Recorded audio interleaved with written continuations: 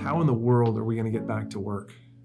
One of the things that we're contemplating right now, and honestly talking with some of our clients about, is how in the world are we going to get our companies back moving forward when things become safe to do so?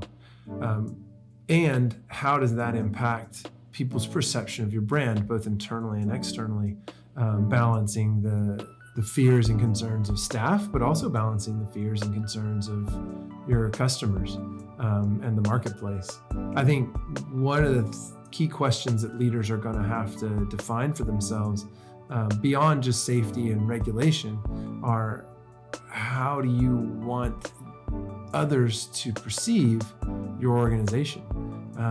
Are you going to be reckless and get started and do things that are against what the public norm is looking for? And is that part of your brand? Is it part of your brand to be a little bit rebellious? And how dangerous is that? The other side of it is, how are you going to quell fears and change and concern? And how are you not going to overreact to those things?